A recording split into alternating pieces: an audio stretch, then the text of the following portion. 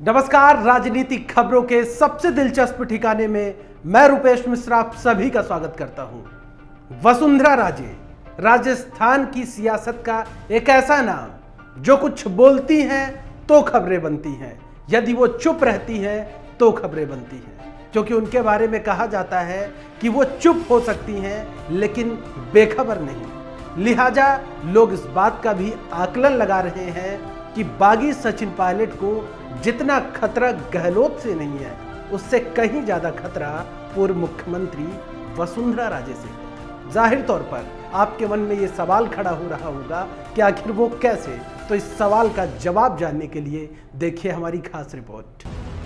राजस्थान में सियासी उठापटक का दौर बदस्तूर जारी है और इस बीच हर किसी के मन में सवाल बस एक ही कौंध रहा है कि सूबे की गहलोत सरकार बचेगी या फिर गिरेगी।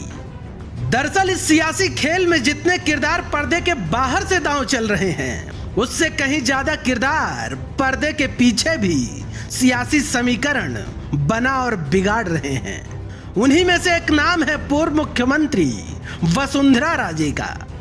वसुंधरा राजे राजस्थान की सियासी चौसर का वो किरदार मानी जाती हैं जिनके बगैर राजस्थान का कोई भी सियासी समीकरण बनना और बिगड़ना नामुमकिन माना जाता है। शायद इसी का नतीजा है कि पायलट के बगावत के बाद भी गहलोत सरकार बहुमत के आंकड़े का बार बार दावा कर रही है। विश्वस्त सूत्रों से खबर है कि पायलट के बागी कुनबे पर जितनी नजर गहलोत की है, उससे कहीं ज्यादा पारखी निगाहें वसुंधरा राजे की बनी हुई हैं। खबर तो यह भी है कि वसुंधरा ने पायलट कैंप के 6 विधायकों से संपर्क की कोशिशें भी की थी, जिसमें से 3 विधायक तोड़ने में वो कामयाब भी रही।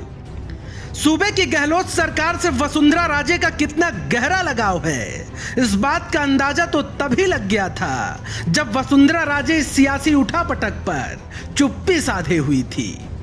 वहीं रही कसर तब पूरी हो गई जब वसुंधरा कैंप के करीबी और पूर्व विधानसभा अध्यक्ष कैलाश मेघवाल ने यह बयान दिया कि जनता की चुनी हुई गहलोत सरकार को गिराने का प्रयास अनुचित है। मेरा ये मानना है कि किसी भी चुनी हुई सरकार को केवल नैतिक अनैतिक आधार पर या हथकंडों के आधार पर या अनडेमोक्रेटिक तरीके से हटाने की कोशिश करना राजनीति के लिए ठीक नहीं है और इसको निंदा की जानी चाहिए। कुल मिलाकर जब तक वसुंधरा गहलोत सरकार के साथ हैं, तब तक पायलट और भाजपा के लिए नामुमकिन होगा गहलोत सरकार को चुनौती दे पाना, क्योंकि नंबर गेम में गहलोत और वसुंधरा दोनों ही अव्वल हैं। वहीं सियासी पंडितों ने तो यह भी कहा कि वसुंधरा अभी पर्दे के पीछे हैं, इसलिए गहलोत सरकार को मुश्किलों का सामना करना पड़ा। अगर वसुंधरा सियासी दांव खुलकर खेलती तो गहलोत सरकार को इतनी भी दिक्कतें नहीं होती। Bureau report, the fact India. तो दोस्तों, देखा आपने कि किस प्रकार से जो वसुंधरा राजे हैं और अशोक गहलोत हैं, उनके बारे में अक्सर हनुमान बेनीवाल ने भी अभी आरोप लगाए थे कि इन दोनों के बीच में गठजोड़ है।